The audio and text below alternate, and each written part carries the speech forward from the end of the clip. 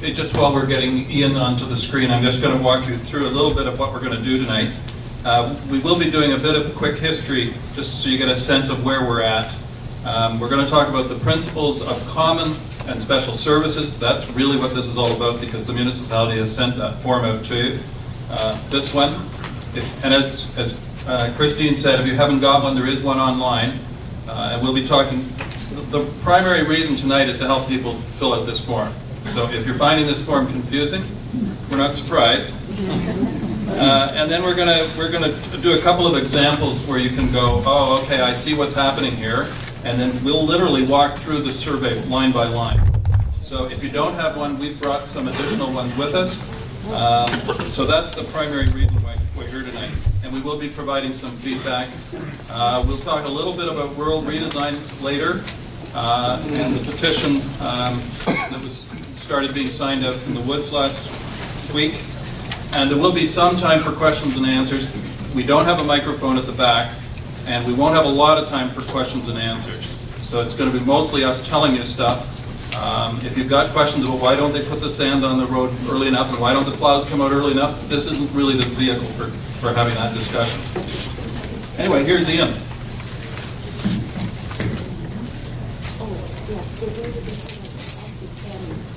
Are we good to go? Have you got me? I think we can hear you. Have you got this? Have you got the video? Yes, we have you. Well, my goodness. Oh. Okay, thank you. Thank you, Bill, and thank you, Christine, for hooking me up here. And certainly was your efforts, not mine, that made this occur. I wanted to be there, but I'm here, and I'm sorry. You've all worked a lot harder tonight to get to this meeting than I did. I apologize for that, but I got to tell you that we have fun with our horses down here, so that's what we're doing.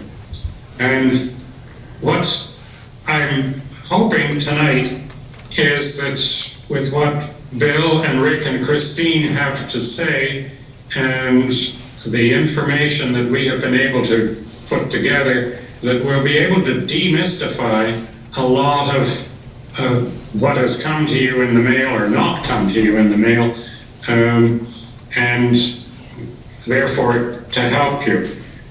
I know Bill has said that there isn't much time for questions and answers. I think that's simply because he wishes to allow people to go home at 9 o'clock if they wish to. I know that all of us will stay later to accommodate everybody that's in the room. Just a little history.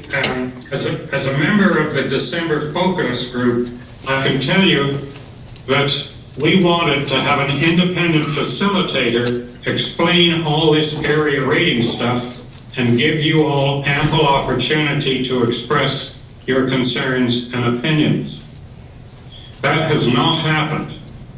Instead, out of the blue, staff have dumped this survey on us all, complete with misleading and incorrect information, which I'll refer to in a minute. But first, why do they do this?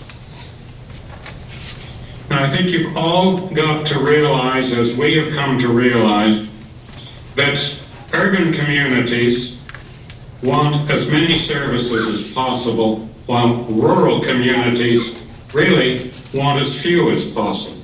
And they want that difference reflected in their tax bill. So let me explain what is at stake here. Because of their spending habits, the municipality has to raise more money. And they find they cannot get it easily from Ward 1. So getting it from Ward 2 is an obvious answer. Fortunately, the Municipal Act is there to help us because it allows for area rating. And you'll hear more from Bill and Rick about how this mechanism works. Essentially, it's a form of user pay. By area rating services, Ward 2 pays for only the services they receive in Ward 2. Now, for the past 12 years or so, the amount of the municipal levy that has been spent in Ward 2 for Ward 2 services has been in the range of 14.2 to 14.6%. I think we can all worry that during that period, the levels of service that we have been afforded have actually decreased, not increased, while our tax bills have shot up remarkably. Now, the municipality wants us to pay even more, and it works out to 68% increase. That's what they want. And the only way to stop them is to area rate as much as possible. So to get to where a municipality wants to go, they seem to have tried just about every trick in the book and have repeatedly refused to open their books to show us where our money is being spent in Ward 1. That has been a particularly galling fact going back in my year-and-a-half experience on this, and it continues today. In your survey, you will note that the new transit buses are being paid for by the gas tax rebate. Well, wait a minute. That is not just a Ward 1 rebate, it is a Ward 2 rebate as well. So, another $75,000 or so of our money is going into an exclusive Ward 1 service. That's why we need the figures, the financial data, and we need to get them through special service and area rating. Another horror story is the administration expense. In your survey, you will see they put it in there as $830,000 plus or minus. Well, that's not true. Actually, it's about $2.3 million, offset by the general revenues that they get, for instance, like the gas tax rebate.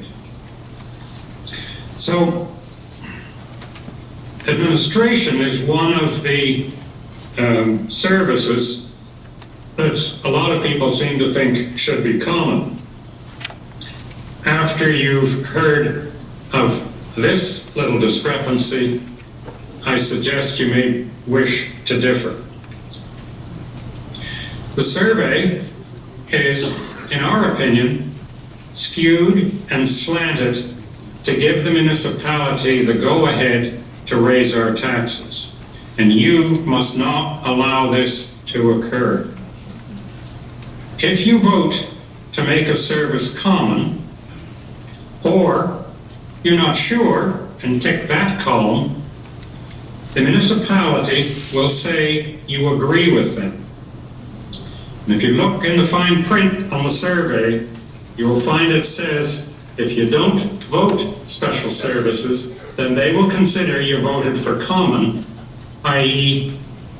a vote for unsure is a vote for common. And a vote for common is to raise our taxes the 68%. So I'm suggesting to you that you must vote strategically. You must vote to have everything area rated as a special service, as this is the only way for us to stand a chance to maintain a fair allocation of tax. That will force the municipality to show us where our money is being spent, and will force the municipality to recognize where so much of it is, quite frankly, being poorly spent.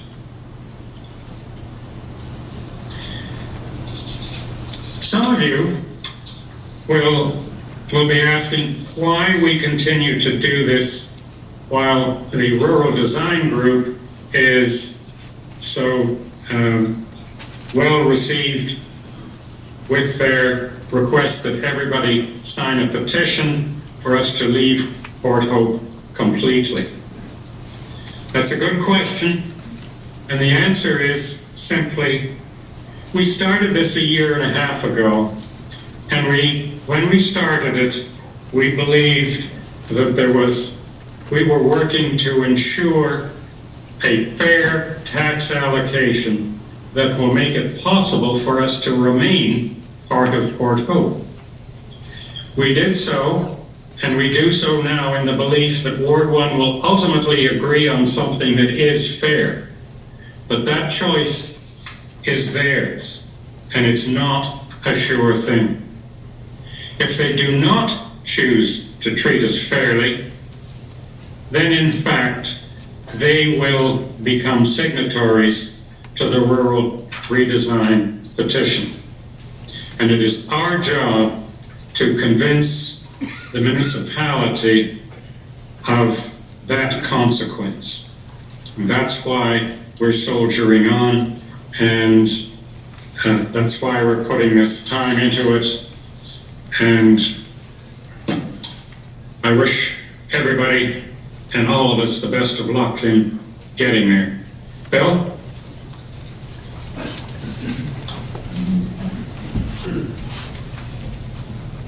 Thank you, Ian. Ian's going to stay on the line in the background, so we won't be losing him. And if we need him to help answer some of our questions later on, he'll be there. Okay, so thank you, Ian. A lot of what we're going to talk about is going to reinforce what Ian's already said. If you were here on October, how many people were here on October 28th? Okay, so you know how we work. We're gonna try and reinforce some key messages. One of those is we need numbers. We've been asking the municipality for detailed financial information for almost 2 years now. And so on Wednesday night, if you want to stand up at the town hall meeting up at the rec center that the municipality is having, one of their regular sessions, that might be a question you'd ask. We may be asking you to ask some other questions on our behalf as well. Anyway, let's get going. We've got a lot of material to cover. Just a bit of history. As Ian said, we were appointed to a committee by the municipality. There were some people on it from Ward 1 and some people on it from Ward 2. We met 22 times over the course of 18 months. The group was disbanded last July. In October, the municipality came out with the infamous 46.9% increase in Ward 2 taxes. We, the week later, said we came here and put option 7 on the table. You may remember option 7. And then Ian phoned the ministry and they said, why don't you go see the City of Hamilton? They know how to do area rating. You could do a made in Port Hope solution. Everything doesn't have to be common and split by weighted assessment and impact. So a few weeks later, the mayor and council came out with what they called option 10. We like to think that there's a lot of commonality with option 7, but not as much as we'd like. And we've been continuing to work on option 7 and refining. While we don't have all the numbers we need, we've got a fair number of them, and we have been refining option 7. And trust me, Rick could take you through that for hours. It is not, there is no justification for a tax increase in Ward 2. And as we get more and more numbers, we just continue to believe that. So I just wanted you to know that. There's a picture there of the tractor rally. We're very proud of the farmers going in and speaking on our behalf. They circled Town Hall for a couple hours over the lunch hour back in December. Nobody came out to speak to us. What can I say? Option 7, you can see on the screen, almost 10. Yeah, so here's option 7 on the bottom. And the big takeaway from this slide was that we're suggesting that you area rate almost everything. And you put very few things in that common category, which then gets split by impact. And what options 1 to 6 and then option 10 have way more in common. And so that's where we are tonight. We're just continuing on that road of what should be in common, what should be area rated, or what should be a special service. And so that's what this survey is asking you to decide, vote, have an opinion on. And so we're going to help you, inform you, because at the council meeting when they said they were going to do this, they said they wanted lots of feedback. So I said to the deputy mayor, my good friend, we'll be happy to provide lots of feedback. So thank you for coming tonight to help us give them lots of feedback. But we think that you should be informed before you make those decisions, and that's what we're here for. Some more pictures just of our meeting on October 28th, and there's a picture there of Ian, and then a picture of the tractor rally. I'm thinking of sending those pictures off to John Deere. It's kind of a nice ad for them. Those of you from Canton know that those tractors really should be orange. That's what So now it's your turn. It's been a long time coming, but now you've been asked by council to fill in this form. They want to know what you think things should be common and which things should be area rated or special services.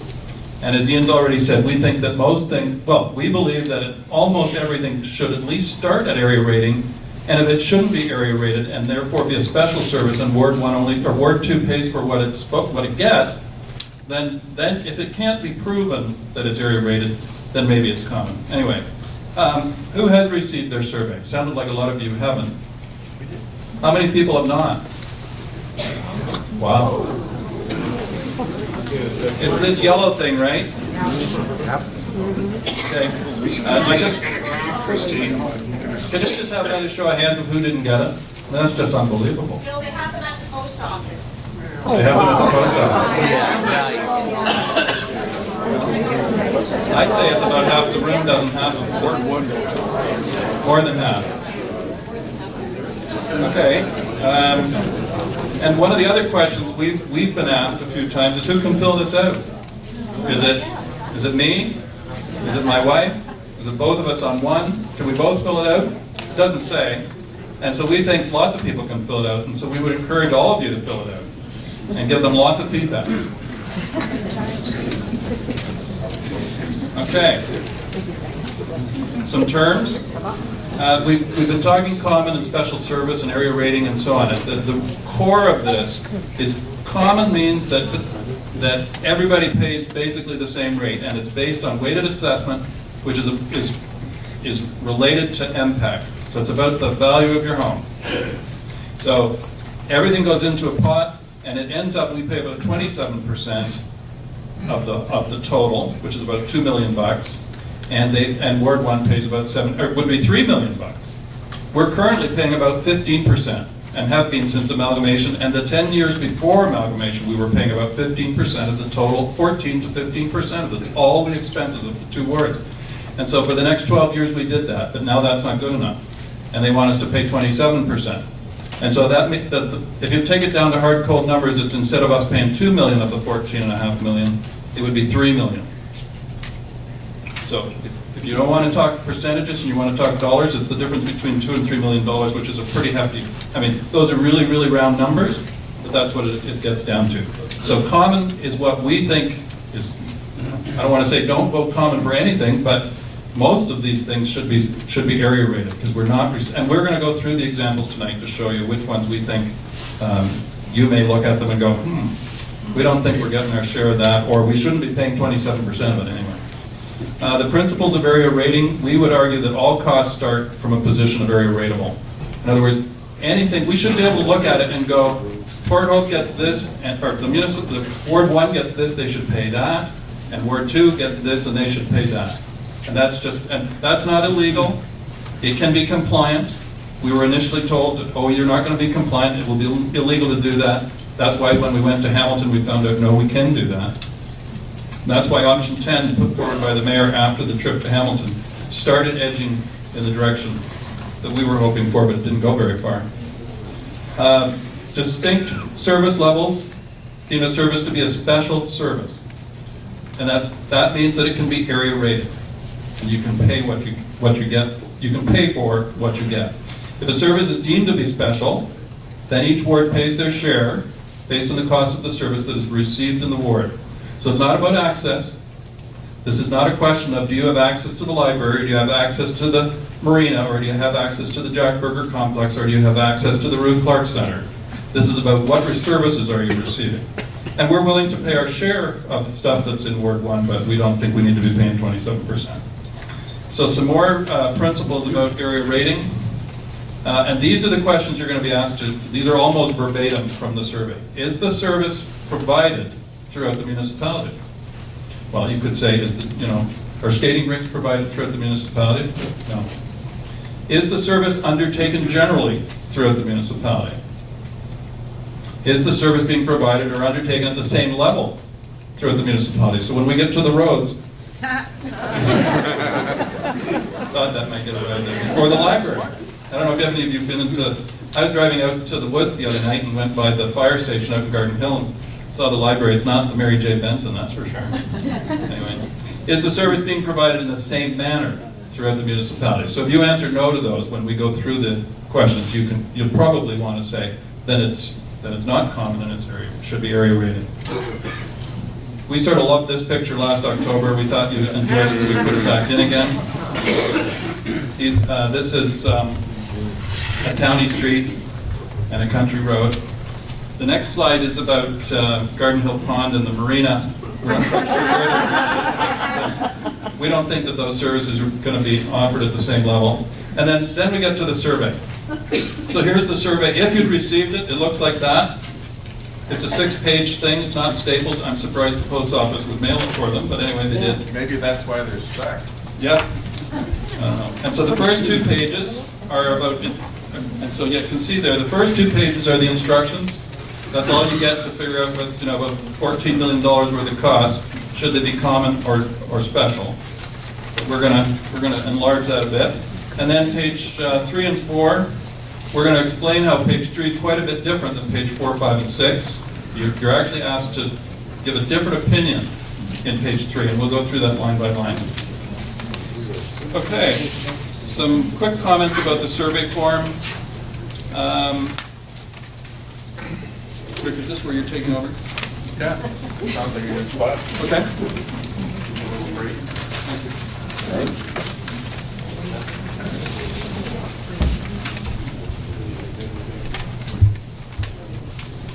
All new people came out here on this freezing cold night. Must come from Hardy stock, I guess. No, we just don't want to pay any more taxes. How about both? So I want to touch a few things about the survey. We're going to go into the survey in a lot of detail in a little while. The background information that came with the survey is limited.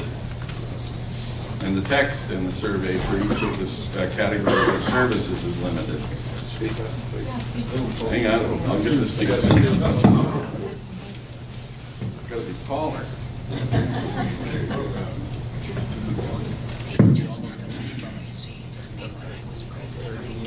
How's that? Is that working better?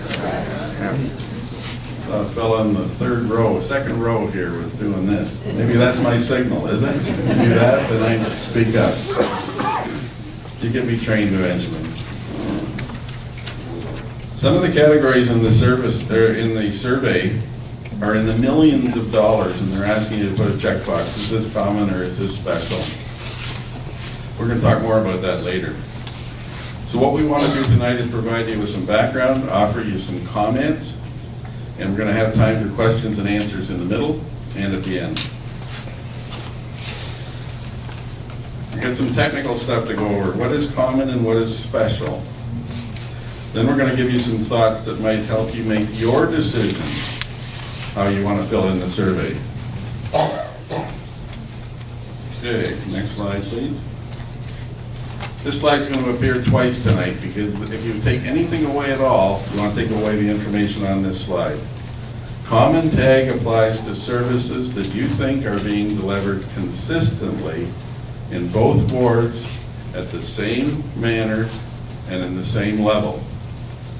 If you don't agree to all of that, then you should tick off special. So the special tag applies to services where there's some difference between the wards.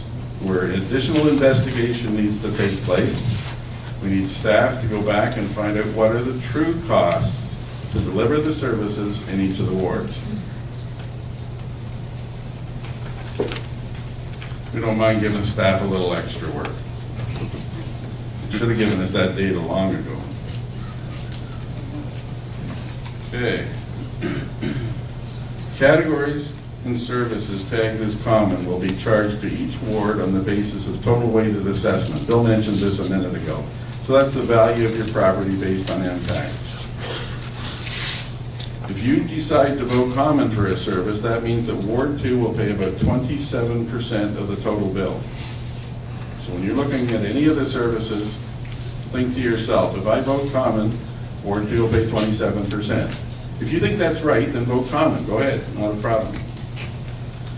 And as Ian mentioned earlier, and I think Bill mentioned it too, for the 5 years coming up to amalgamation, Ward 2's share was about 14.2%. And for the next 10 years, it was about 14.6 on average. If you were to choose common for any category or service, it would go from that average we've been paying before to 27%. That's a huge increase.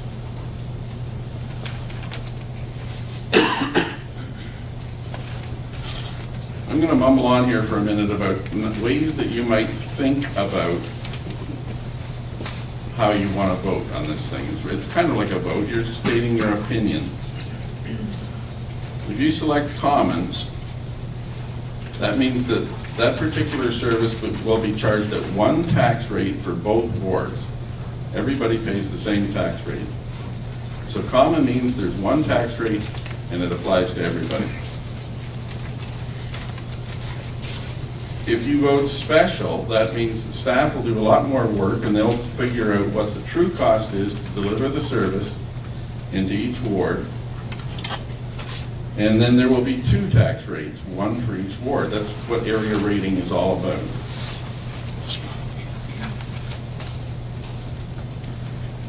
As Bill noted earlier, we're quoting from the survey. You need to think about the questions. Is the service being provided throughout the municipality, or is it being undertaken throughout the municipality? Not just one area or the other. And on top of that, is it being provided at the same level, all through the municipality, and in the same manner, all through the municipality? Has anybody noticed with roads that there seems to be more salt in town than there is out in the rural area? And they get plows regularly. Is it more plows, or they just go around more often? I'm not sure how that works. So one of the things you can ask yourself with any of the questions that come up on the survey, if you're looking at $500,000 being spent on a particular survey, is it being provided or undertaken at the same level, in the same manner throughout the municipality? If you agree with that, vote common. If your answer is no to any piece of that complicated question, then vote special. Now what if you're from Ward 1?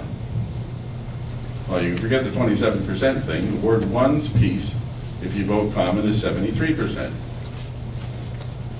Works the same way, just the other half of the 100%. So you could ask yourself the same thing. If I'm looking at a particular service and I live in Ward 1, I could say, for the level and type of service received in Ward 1, would it be fair to everybody for Ward 1 to pay 73% and for Ward 2 to pay 27%? If you agree with that, then vote common. If you think that's not right, Ward 1 should be paying more or less, vote special. And I think, Christine, are we ready for, no, not quite yet. Area rating comes up in a number of places, but this survey asks you to not say whether a service is an area rated service or a common service. They call it area rated and special. So if you've had past experience with taxation and you're thinking area rated in your mind, that's what council is referring to as special. Christine? What if you look at this survey, and some of you haven't seen it yet, so you've got some fun coming. When you look at the survey and you say, they've told me in 25 words or less how they're spending $500,000, do I have enough information to make an informed decision about which tag to put on that? What we're suggesting is if you don't think you have enough information, mark it special, and in the comment box, tell them, I don't have enough information to make a decision. If you're in the online survey and it insists that you make a choice, don't vote unsure. Ian pointed that out earlier in his comments. Excuse me. Some people have asked us, if I vote one way or the other, what am I really telling council? We're not sure how they're going to interpret it.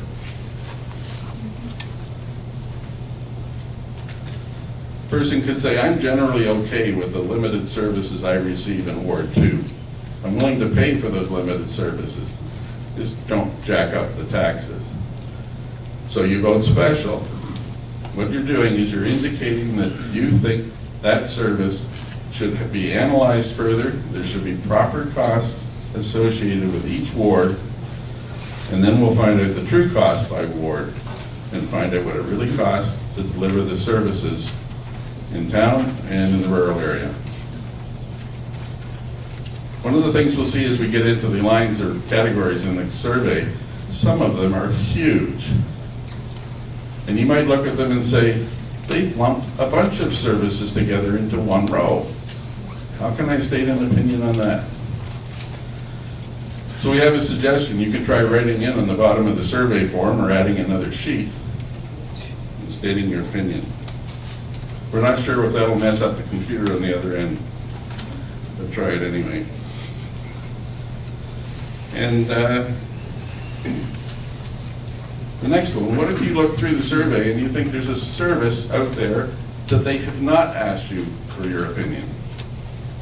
Again, write it in. One of the things we've noticed is the GRCA is not on the survey. The Nebraska Regional Conservation Authority. Yes, the GRCA, thank you, Carolyn. GRCA is the Ganaraska Regional Conservation Authority. A municipality pays about $250,000 a year for the services that they provide. We're not sure why it's not there. We think it should have been. It's in option 10. And it's in option 10. Yes, that's a good point, Bill. The GRCA is listed in Mayor's option 10, which was presented to council in December. So they know it exists, but somehow it seems to have fallen off the survey. Excuse me.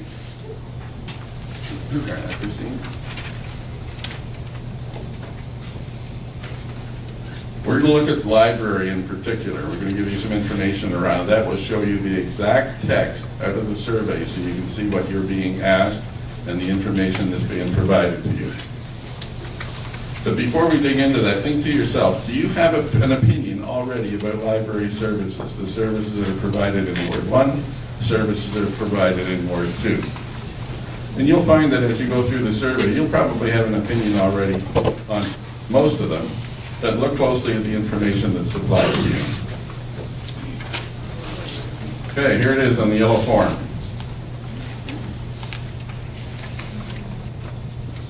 Not very much information to decide how you would like to vote on $633,000 service. Now, the survey says the Garden Hill Library is open 3 days a week. Says Mary J. Benson branch is open 6 days a week. Based on the information they've provided you, you might do a quick calculation and say Ward 2 should pay 1/3 of the total. We did a little digging and found out the Garden Hill branch is open 10 hours a week. Mary J. Benson's open 55. So you can't go just on the number of days. Maybe you want to take into account the size of each branch, number of staff, number of books, number of internet connections. We've found out that our slide is wrong. There are 2 internet connections in Ward 2, 17 in Ward 1. This next slide was interesting. We had to dig hard to find this. We found these 2013 costs by ward. Not really by ward, but by branch, and there's 1 branch in each ward. $575,000 for Mary J. Benson, $58,000 for Garden Hill. If you were to vote common on this one, you would be asking for Ward 2 to pay 27%. But we have the branch-specific costs showing 9.2 is probably closer. So if you were working with the survey, now would be the time you would vote. Mark your selection for common or special. We recommend that you skip the use of the unsure box. So that gives you a tour of one of the services that we've pulled out of the middle of the survey. There's 29 of them. And this is what I mentioned earlier. If you take anything away today, common tag is for services that you feel are being delivered consistently in both wards in the same manner and in the same level. We're betting that you're going to find a lot of times you're going to want to vote special.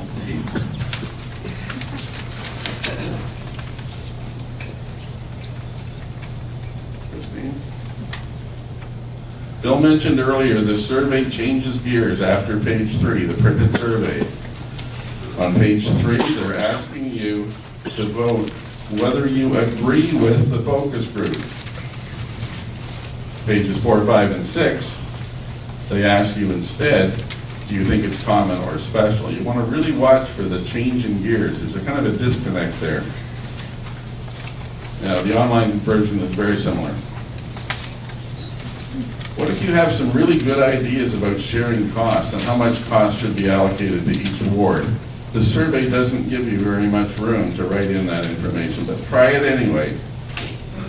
We don't know if it will factor into their decision when they take all this information and they analyze it. But speak up and tell them what you think. What's the real due date for the survey? Some of you haven't seen it yet. It says you need to submit it various ways by February the 3rd.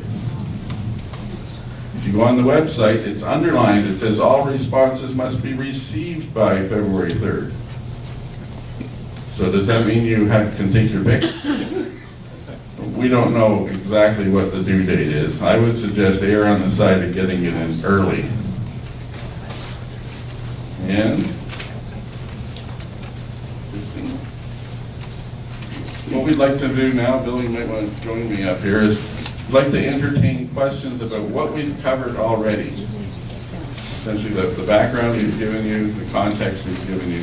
Keep in mind that we're going to be going through a lot of these services one at a time through the survey. You'll see the exact text on the screen, and we'll talk about each one in turn. Any questions? Carolyn? Why do they want to know our name and which ward we reside in as part of the survey? I thought it was supposed to be anonymous. Oh, you're a wonderful person in the audience. The answer to that is ask David Baxter, and I'll probably say that several times tonight. Oh, sorry. Thank you for that. The question was, why does council want to know the name of the person responding and which ward they live in? And the answer is, ask David Baxter. We didn't make the survey. We don't know why they need that information. If you're Marilyn Monroe, okay? Who's David Baxter? David Baxter is the head of the finance department. Just the stuff about, who's filling it in and so on. I think they want to know what Ward 1 thinks, and they want to know what Ward 2 thinks. And I phoned the mayor, and I asked her specifically, what are you going to know when you get all this stuff back? What will you have found out? What if everybody in Ward 1 says we want Ward 2 to pay more? In other words, they all say common. And everybody in Ward 2 says, no, we don't want to pay more. And she said, well, we'll know that everybody in Ward 1 wants this and everybody in Ward 2 wants that. So that, I'm not kidding you. Another question? This survey is skewed, we already know that. However, who is evaluating the survey? And do we have review or a scrutinizer on that survey? Because this is flawed. Okay, I'll repeat the question. Take care of that. Yeah. That's really important, Bill. Yep. The opinion of the speaker is that this is skewed. I won't say whether I share that opinion or not. Who's going to be tabulating and what are they going to do with it? We don't know. And I know Ian, we've talked to Ian about this a lot. You know, the focus group that met doesn't know.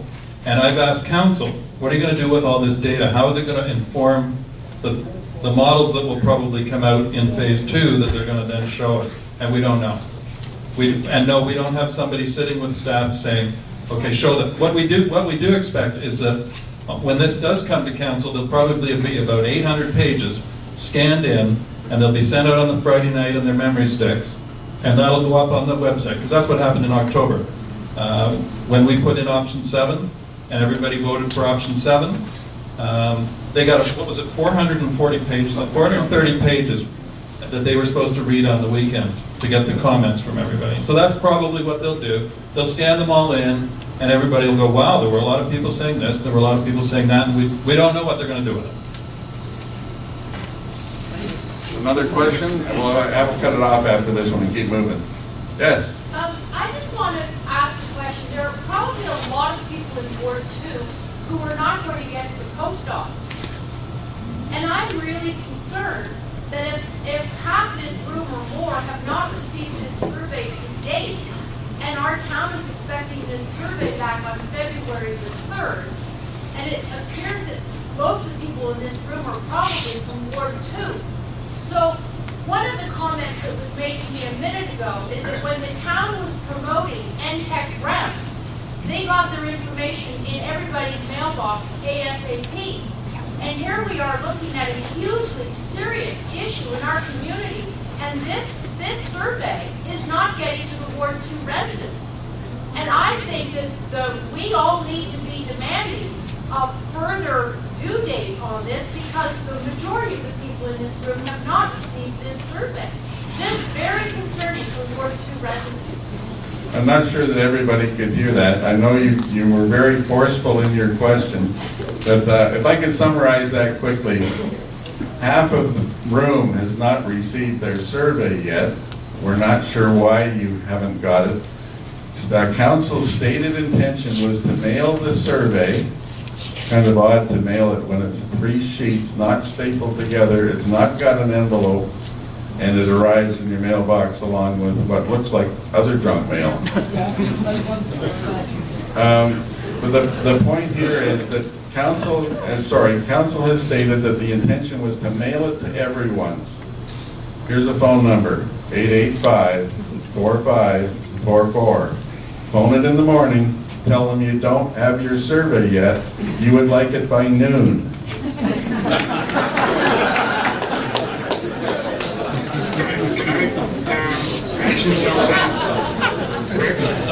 Yep, hang on, Ian. Okay, go ahead. My response to that question, because quite frankly, this is a very serious issue. They don't give a damn that we don't get what it is that we're supposed to send in and give our opinions on it. That's not acceptable. What I would like to suggest is that we make, and I will have my office make copies of the survey, and I will put them on the table in the first floor of the Canton Mill for anyone who wishes to stop in there and pick up a copy of the survey. And they can then fill it out and send it in. I'll also stick my neck out if they wish to leave it there. I will see that the survey gets to Town Hall. But I will make available multiple copies of the survey so that anybody who doesn't have one, or wishes to have another one, wishes to have several, will have them.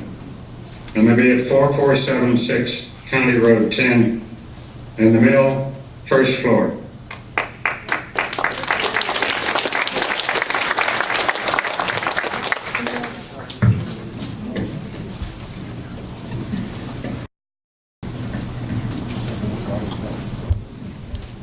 Thank you, and, whoops, this thing's not arguing with me. We brought 100 copies with us tonight. We'll make, I've got a handful of them here. I think there's some already on the front table. These are photocopied, so they're on white. They're not yellow. Same words, just, you're gonna have to get shorter, Bill. This thing's moving down.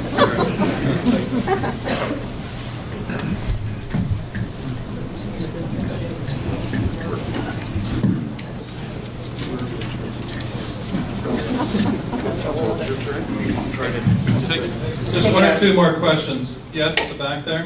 One question that goes with this survey. Is this per household or per taxpayer? We don't know, it doesn't say, but we would suggest that you have as many taxpayers as you've got in the house, or as many residences are in the house. It doesn't say.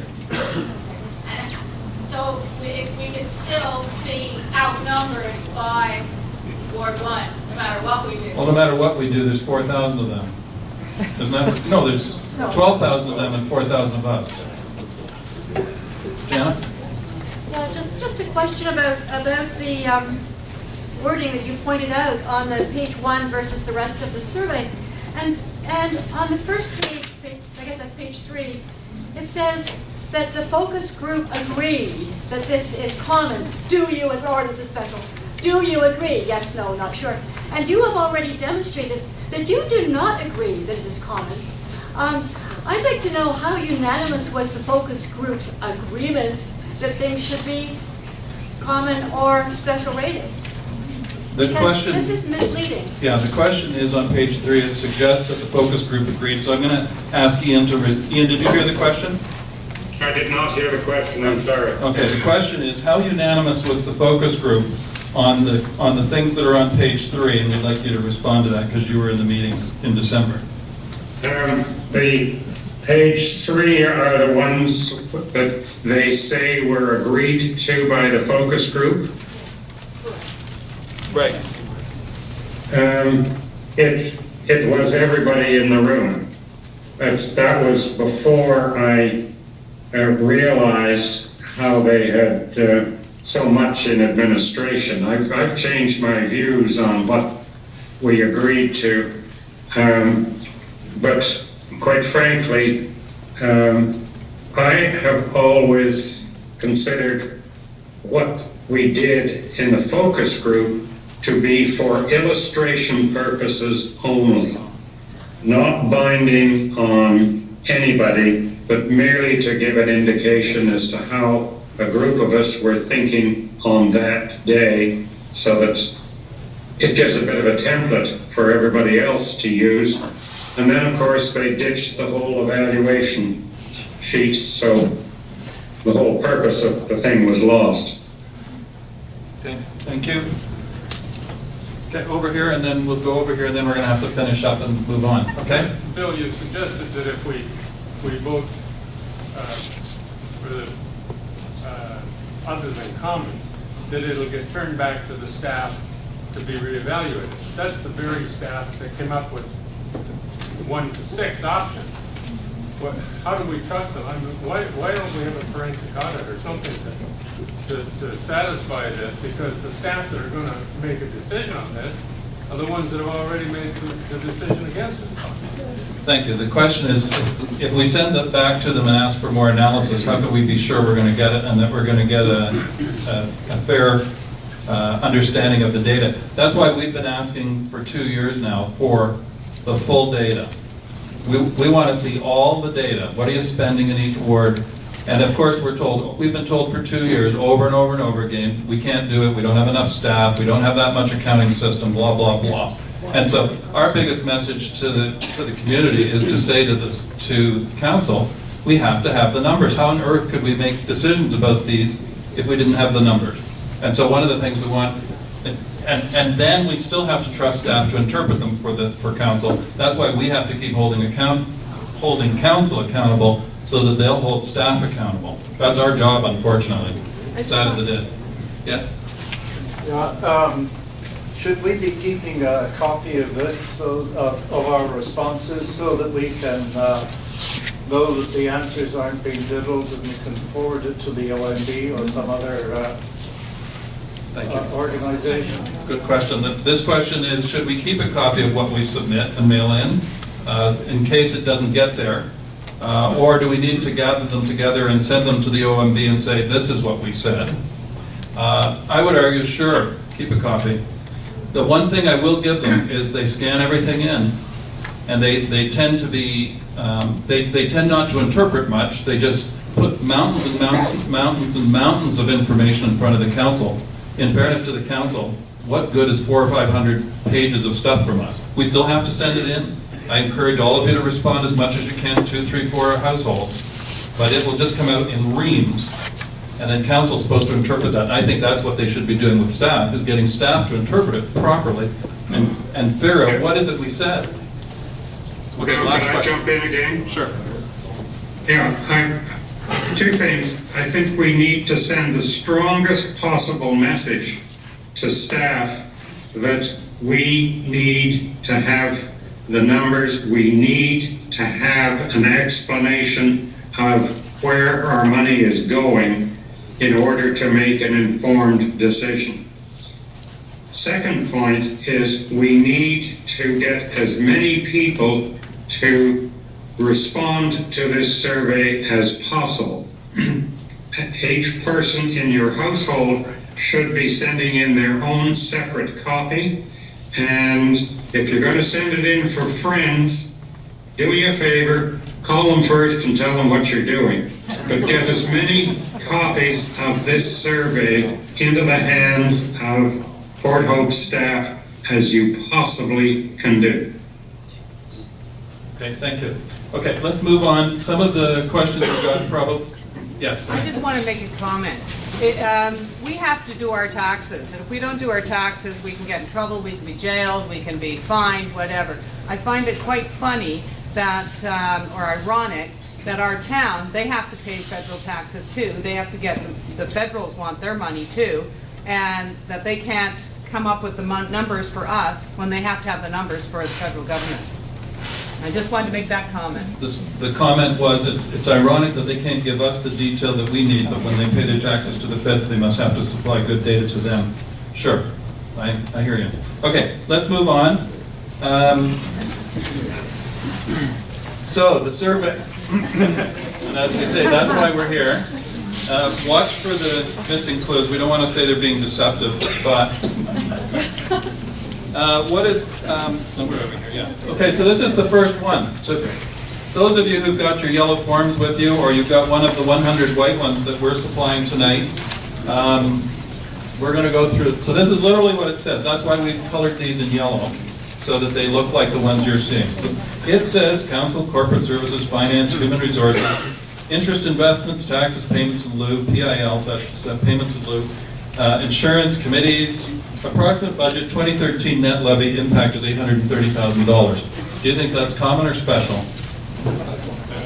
So this is a huge category with a net levy impact of $830,000, and our digging found expenses of $2.3 million. So they're saying that this costs $830,000 to run the administration, when in fact it actually costs $2.3 million, but they get a whole bunch of money in from other sources, like when the province gives the money, or the feds gives the money, or they earn revenue on something. They've got some cost centers that actually earn revenue. So the net is $830,000. So already you can see that you haven't gotten all that much information. So we think these first few may take us a minute or two longer than some of the others, but you'll start to get the hang of it. There's also a page 3 caution here. The 3 columns on the right-hand side ask you to choose yes, no, or befuddled. In effect, the survey wants you to compare your position to the focus group's choice. And, so, and you've heard from Ian that the decisions that were made by the focus group weren't really decisions. They were, some of these, they had some discussion and there was some form of consensus. So just because the focus group has said that this should be common doesn't mean you have to say that it is. So you can for sure mark that you think it's special. Unless you want to pay 27% of that $2 million or 1.2 million, whatever it was. Okay, let's go on to the town hall maintenance. The 2013 net levy impact is $142,000. Again, if you think that you should pay 27% of that instead of 15%, now you may say, well, we don't know. Maybe we should pay 10. Maybe we should pay 18. Maybe we should pay 25. We don't know. And so, of course, you don't know. And that's one of the things that we've tried to say to the municipality over and over again. We're not saying we don't want to pay our share. We just want to know what our share really is. So if we need to... Bill, once again, do not vote unsure. Just consider that box doesn't exist. You're either a yes or a no, because the unsure is voting you for common. Okay. Let's keep going on. We also want to remind you that there is some room for comments on page 3, but not very much room. For those of you who don't have a copy, there's a little wee box down there at the bottom if you want to put some comments in about all of those. Now, volunteers are available to all areas, and that this is a $1.35 million budget item. And again, here's the fire stations. For those of you in Welcome, this one's slated to be closed and go into the new one that's going to be merged with the new town police station. Let's hear a round of applause for that one. I love that.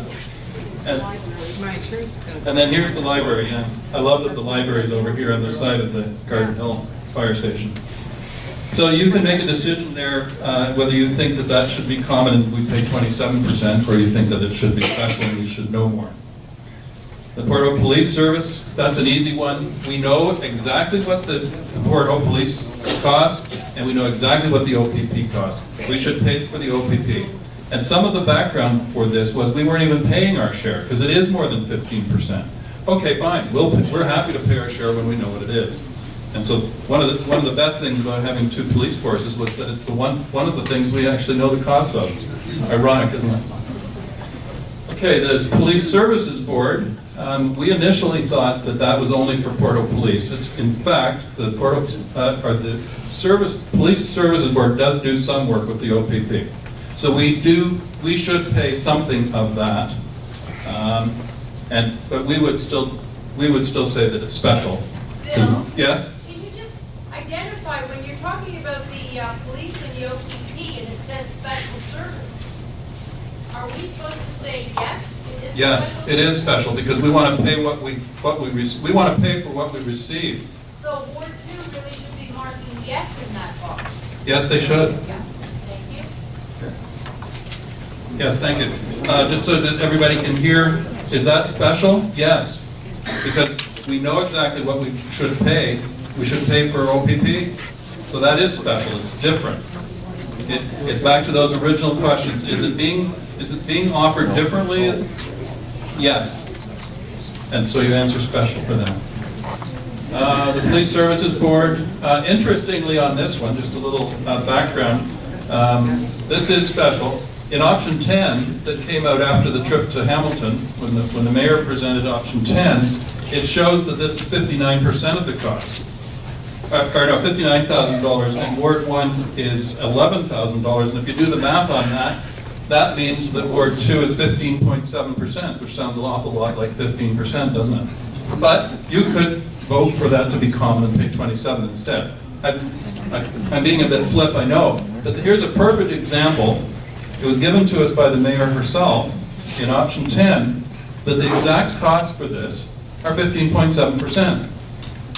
I ask you, why would you want to pay 27% for that? So please, I would suggest that you might want to say that that's a special service, not a common service. Let's go on. Planning and Development Services. This is community land use development, applications for approvals, building code, municipal bylaw enforcement, planning, zoning bylaw stuff. That's what all these expenses. Service fees for all ratepayers is what they're telling us. And the approximate budget for 2013 is $327,600. So what do you think? Should we distribute this cost based on building permits? Would that be our way to do it? Maybe. What about Ward 2 site visits for engineering people or planning development people? We haven't got enough information to make a decision about this. So if you think you have enough information, vote common. If you think you don't have enough information, don't say unsure, say special. And because what we're really... Say no. Say no, sorry, yes. On page 3, check no, you don't agree with them. Let me just make sure I'm following here. Planning development, Dave said it's common, you say no if you don't agree. And you might want to put some comments at the bottom there as well. Let's keep going. Transit, this is an easy one, it's relatively small. We think that that's kind of a Ward 1 thing. The group thought that was a special service. Yes, it's a special service. It's all in Ward 1. We don't get the same services in Ward 2. So I'd say yes. We agree that that's a special service, because that's how I'm going to fill mine out. Sidewalks. This is also an easy one, since all the sidewalks are in Ward 1. You have several reasons to decide that this category is not common and should be tagged as special, which it is. So we would say yes, that's a special service. We should pay 0% for that one. Street lights, I love this one. There's 1,570 street lights in Ward 1 and 63 in Ward 2. And did we decide that some of those street lights are actually Anybody know of a street light that's been burned out for more than 2 months? Okay. Yeah. So they've marked street lights as a special service. We would, well, when we fill ours out, we're going to say that yes, we agree those are special. That sure is. Crossing guards.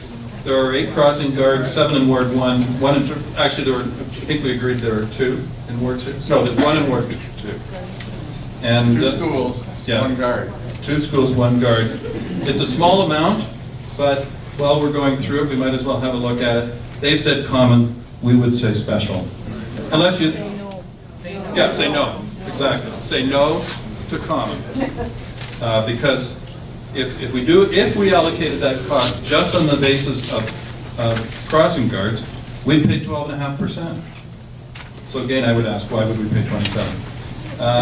Bulky waste pickup, this is a Ward 1 thing only. It is a special service. We'd say yes to that. And Christmas tree and yard waste pickup is a special service. We think we should pay nothing for that too, which we do. The administration and the town hall, does that include the Canton office? Good question. Canton office is coming up on pages 4, 5, and 6. Sorry. But it does raise an interesting question.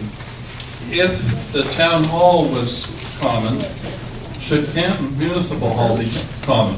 Or are they both special services? That's a question for you to think about.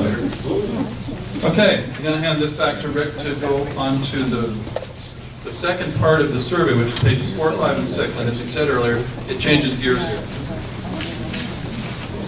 You can see how confusing that page 3 is. You're supposed to look to see what the illustrations from the focus group said, and then say whether you agree with that or not. Now we can go back to a normal planet where they're asking you the question, do you think it's common or do you think it's special? And try not to use unsure.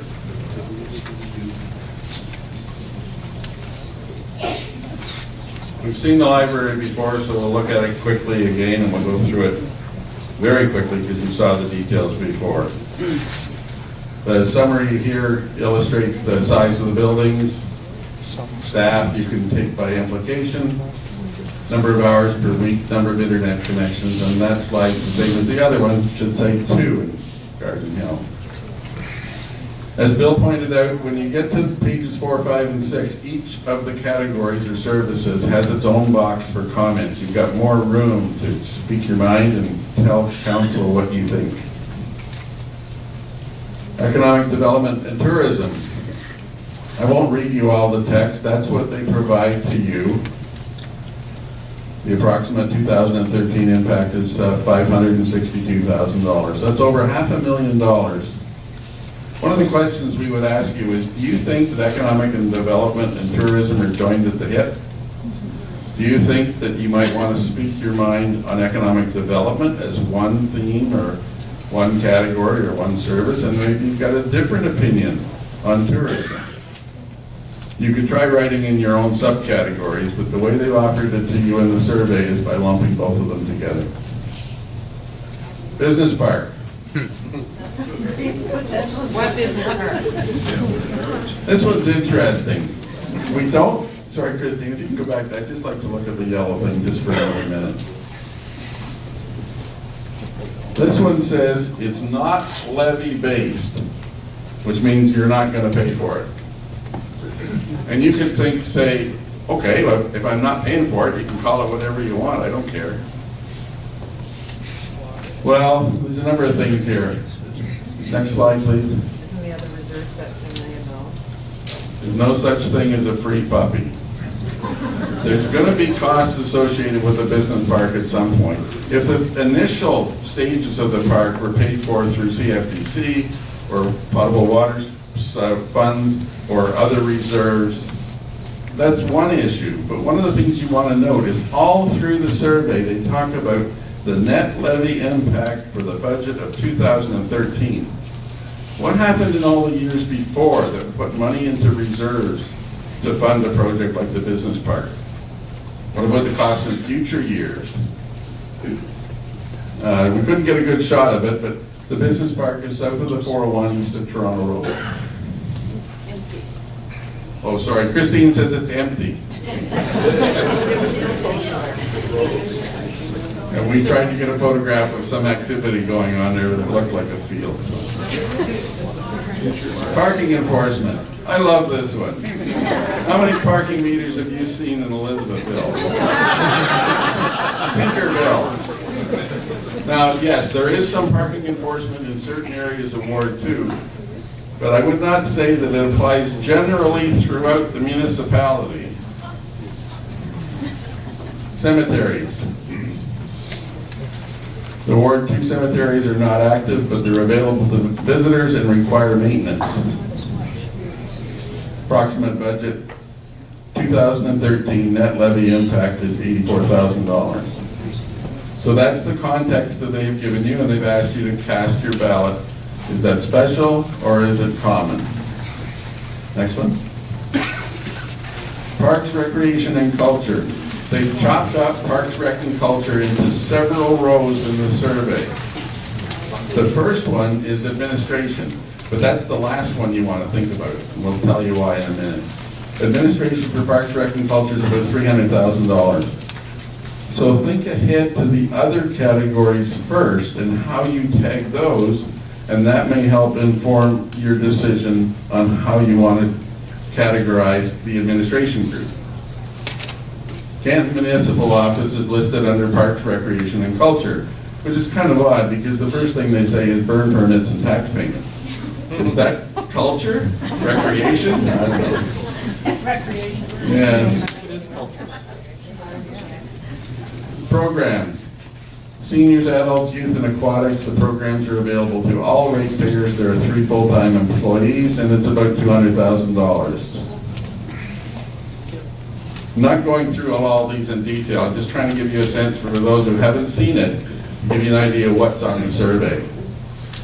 Facilities. This one's interesting. $750,000. Jack Berger, Town Park Rec Center, Ruth Clark Activity Center. 4 full-time facility employees and additional part-time people. Some staff are responsible for facilities and programs, so part of them would be in the other page, the other slide. And we got $750,000. In option 10, there is special service. Yes, we'll come to that in a minute, Ian. So the first question here is this too much to digest in one chunk? Maybe you have an opinion on the Ruth Clark Center. and you think that should be treated one way, and you think other facilities should be treated another way.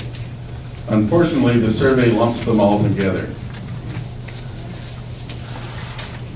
Option 10 was presented by the mayor to council. It split out each of the 4 facilities and gave costs for them. So if you're curious, Jack Berger's $500,000, the rec center's $172,000, Bruce Clark is $55,000. We don't know why that's not in the survey and why they didn't slice them up and let you put in your opinion on each one of them. Marina.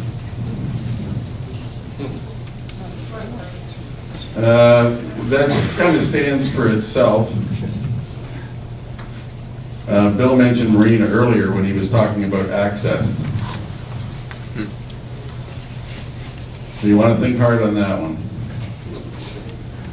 Harbor dredging and capital costs. In the past, I'm adding words to the yellow slide because I think it's important that you think around the words here. The slide says majority is paid through harbor rentals and waterfront reserves, not through levies. That's for 2013 impact. Next slide, please. Oh, sorry. I'm supposed to add to that last slide. Has anybody noticed the water level in Lake Ontario has been going down for the last 5 or 10 years? If you have waterfront property, you have to keep moving the dock out every year further. When the level in Lake Ontario gets lower, how much more will they be paying for dredging? And will the fees for the harbor rentals cover it all? The feds don't cover dredging anymore. I think they had a better lookout long-term on global warming and lower Lake Ontario level. And they got away. So. Parks, Recreation, and Culture Parks. 42 parks in Ward 1, 3 in Ward 2. $500,000. So the numbers are interesting about how many parks there are, but does that really help you decide what service levels they're providing in each of those parks? Remember that common means one tax rate for all, 27%. So the other thing we found was interesting is on January 7th, an earlier version of the survey was presented to council. Ward 1 at the time had 55 parks, but on the survey they've only got 42, so we're not sure what happened there. Because they're 13, they don't maintain the grass on in the winter. Oh, okay. Thanks, Ed.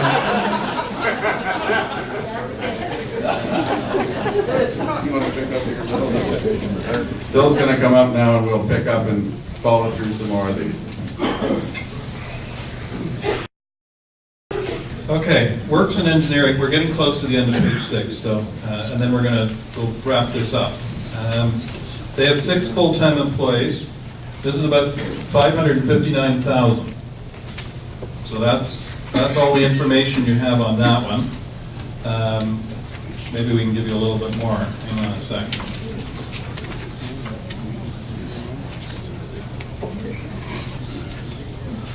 I'm sorry. Do you have a sense of whether this is different or not, the works and engineering? This one's also somewhat interesting because there's a whole bunch of work going on in here around water and sewage, but we're not sure that may be taken care of through cross allocation, so we're not going to say too much about that. But we also wonder if works should be separate from engineering. Maybe you want to mark that as special because you think it needs more analysis. Roads. This one we love. Roads. There's one supervisor for the entire municipality, and then in Ward 1 there's a road foreman, 9 road operators. In Ward 2 there's a road foreman and 5. This one's $2.7 million. Now you might answer that you want to mark this one as special because you think we need a little more detail. Should we be allocating this by the amount of roads there are? Should we be allocating this by the way they take care of the roads? They wouldn't get how many paid. staff? They wouldn't get anything from us. Our answer to that one, when we're being really cheeky, and when you spend the amount of time on this that we have, you get cheeky. We think we could outsource roads in Ward 2 to some of our neighboring municipalities and pay less. Anyway, you can decide whether you think that one you need more information on it and whether you should mark it as special.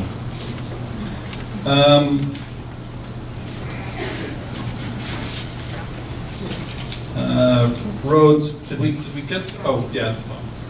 Does roads include the county roads in the kilometers? No. The roads include county roads and the kilometers. And what are arterial collectors and We're not sure, but staff has provided those tags to you anyway for your enlightenment. We figure arterial roads are real big roads, and in case of Ward 2, we're not sure where there's 10 miles of them. We're going to have to get a map out and start doing some measuring ourselves. We think that some of these numbers might have counted some of the county roads. County roads we pay for through our taxes to county, and county provides the services. So you want to be, maybe get your own map out. I'm not saying you should just trust these numbers, but you've raised a real good point. There's no mention here at all that some of the roads in the municipality are county, and we provide services to county, not to the municipality. And some more background on roads. When we first got involved with this, and we were first looking at these numbers, like we were told, well, everybody has access to all the roads. So you have access to all the roads in Ward 2, and you have access to all the roads in Ward 1, and therefore you should pay your share. And we would say, okay, but we still think it's a special service. Where are we going on to now? Did we already see the 2 Hillcrest? Everybody loved this one last time, so we thought we'd show it again. Hillcrest Drive in Ward 1 and Hillcrest Road in Ward 2. Just show it now. Yeah. You can't see it. One will be plowed, one won't be. If we come back in another month or 2, and we hope we won't have to, we'll have a snow version of those. Traffic lights, location of safety and pedestrians and vehicle volume. It's only $43,000, but it's not specified by ward, and we think that some of these traffic lights are probably owned and operated by the county anyway. Street sweeping, again, it's a small one. They don't put the amount in here. The only street sweeping I've seen in Ward 2 is when they come and do Bickle Road and they take all this extra sand that they put on in the winter, and they take it off in the spring. Dodds Road too. Dodds Road as well. Okay. Street sweeping. Now, what's the reason for the service? Are they really sweeping our roads the same way as they're sweeping streets in town? You can decide whether you want to classify that as a special service on your survey or not. Catch basins. We don't think there's many catch basins in Ward 2. What is a catch basin anyway? A grate that leads to a hole in the ground. A grate that leads to a hole in the ground. Okay, so that's it. We hope we've got a few slides here just to wrap things up. If you want a copy of these slides and a bunch of backgrounder for them, we have those as well, and you can get them by email or at the website. If you email us at our email address, boardoffersforfairtaxes@gmail.com, please put in the subject line January 27th slides. And if the press wants the long version of the slides, we have them. One of the things we encourage you to do is go to the meeting on Wednesday night at the Town Rec Center. This is one of Council's regularly scheduled meetings. You'll remember last October, we had our meeting October 28th. About a week later, they had their meeting up at the Canton Municipal Hall. It's one of the regularly scheduled meetings. I applaud them for trying to talk to us and listen to us. That's our place to ask questions. And please, if you've got the questions you've had tonight, ask them. We need to be on record asking those questions. We may not get very satisfactory answers, I hope we do, but please ask those questions on Wednesday night. I encourage you to be at that. And a really important question to ask on Wednesday night is, what are they going to do with the data from the survey? Another important question I would encourage someone to ask is, how come so many of us don't have our surveys, and what are you going to do about it if we don't? They're going to have to answer for some of this. The next step in all of this, this is a two-stage process. The first stage that they've designed is the survey. They want to know what you think about special and common and area rating. The second step in all of this is going to be a facilitated process with 4 open houses.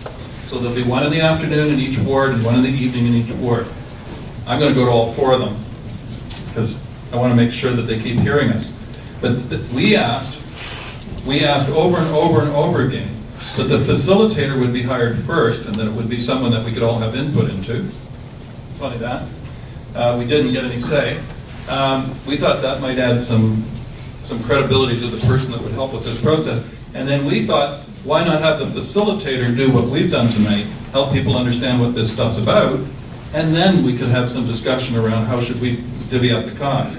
But what they've decided to do is find out what we think first without telling us how it works, and then we'll have a facilitated discussion after that. And we think probably what's going to happen at those meetings is they're going to bring another option 10 or an option 11 or an option 12. And it's going to look an awful lot like, I shouldn't be so negative, but I bet you it's going to look an awful lot like the rec center on October 21st. But anyway, that's what's supposed to happen next. At least that's what we're told. We think there are more questions than answers. We hope that what we've supplied with you tonight, we don't mean to be negative. We are trying to work with council and staff to give them honest feedback, but we're looking for honest numbers as well. Municipal taxation is an important issue. I mean, we've been making some fun about it, but it isn't really funny. Not only because the costs are going up, and I just want to say on our behalf to council publicly, we're willing to pay our share. We just want to pay for what we should be paying for. So, we're going to do, we don't have a mic at the back, so I'm going to repeat your questions, okay? What is the reason that they can't do a forensic audit? The question is, what is the reason that they can't do a forensic audit? That's got 2 or 3 answers. Sure. Well, Ian, I'm going to come to you in a second. Greg Burns asked for a forensic audit. I think that was primarily around the LLRW interest, which, by the way, we're keeping our eye on that. He never did bring that to council. So I think, Carolyn, you asked the question a week or so ago, and they said, no, it never actually came to council. Is that correct? You did in camera. Oh. There's no formal record of it being brought to council, and this was raised at a council meeting a couple of weeks ago, and Linda Thompson's answer was, all the detail you need to know is in the budget. Yeah, but they won't tell us. No, it's a smoke and mirrors game, and the people who are going to the meeting on Wednesday would be really, really good if 8 or 10 or 12 or 20 or 30 people stood up and said, will you do it? Sure. I'm sorry, I really shouldn't be here. It's his meeting. But my name is Caroline Thornton. I'm one of the people involved with Rural Redesign, which is the group that's discussing and thinking about the opportunity of moving away from Fort Hope. That doesn't matter here tonight. This is not our meeting. But I just want to explain that there are 2 different activities underway. And if by chance there are people here tonight who want to talk about rural redesign, there are people here tonight who can help you. So I'll just set that aside. But the forensic audit issue affects everybody in this room. It affects the work that Bill and his group are doing, and it affects the work that we're doing. And the problem is, we're asking for the truth, and they don't want to give it to us. And that's why we need a lot of people from many backgrounds and ages and interests to go to these public meetings and keep asking that question. Why will you not give us the truth? We want a forensic audit, we need a forensic audit, and we insist that the council provide one. We need many people to take that message forward. Thank you, Caroline. I would argue that just slightly. I think we want to keep asking for the numbers. We really need the numbers. Our opinion is that a forensic audit is when you think money's being stolen, or people aren't doing things right. And we're not saying that the money's been stolen. Now, we've got some issues around how they've used LLRW interest, but we're not saying that the money's missing, we're not saying that the money's gone or been stolen or anything, and that's when we think a forensic audit would be right. So absolutely, we think we've been asking for the numbers and the real data at the line item, budget by budget, department by department, and that's what we think we need to be asking for over and over and over again. So we don't actually support the idea of the forensic audit per se, but it's it's semantics a little bit, but it isn't. Part of the reason they're being so aggressive about saying no to the forensic audit is because they don't want to look like the money's missing, and it isn't. So I understand what they're saying on some levels. Yes? Why would we not ask for a forensic audit to get a proper bookkeeping system in place, a transparent bookkeeping system in place, so anyone can understand it? I don't think you need a forensic audit to get good data. Well, it's not getting good data, it's getting things in order. Yeah, and we need the data. I just don't think a forensic audit is the right choice. It's got a special committee who couldn't identify anything, couldn't identify when money was coming and going. Yeah. So why would you not get an audit and put a proper bookkeeping system in place? Well, I would get they would say, why would you get an audit? We already have an audit. And they would say, and we would argue, yes, I agree with you 100%. You should have a good accounting system. And they don't have a good one, and they won't give us the data. I agree 100%. They won't give us the data, and we need to demand it. I have one other question, just while I got the floor here. Everyone should ask, what's happening to the development fees in Ward 2? Where are the fees going? And my understanding is that those fees are going to the deficit on the sewage treatment plant. The question is the development fees from Ward 2, the understanding is that they're probably going into the deficit for water and sewage, and we should ask. So, I don't know anything about that. I don't think we know anything about it. There's revenue going in a bunch of places. That's why I mentioned it. Yeah, thank you. At the back? Yes, you saw with the two Ward 2 councillors in the mayor, you have more representatives on town council than Ward 1 does, right? When you say you, I hope you don't think that I'm a councillor. Sorry for that. Yeah. Yes, Ward 2, when amalgamation happened, Ward 2 councillors were given double votes on things related to taxation. So interestingly, when this survey was coming out, the councillors couldn't pull in their double votes and say no to this thing. So Greg couldn't vote double, Jeff couldn't vote double. But on things specifically related to taxation and so on, they can.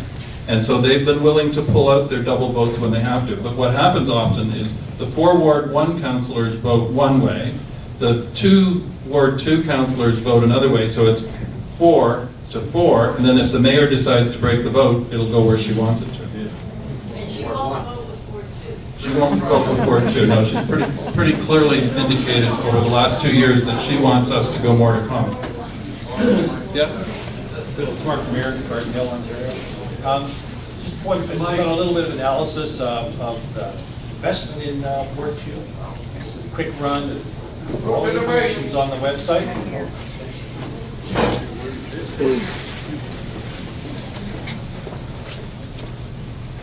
My apologies. I'm from the Kingdom of Garden Hill.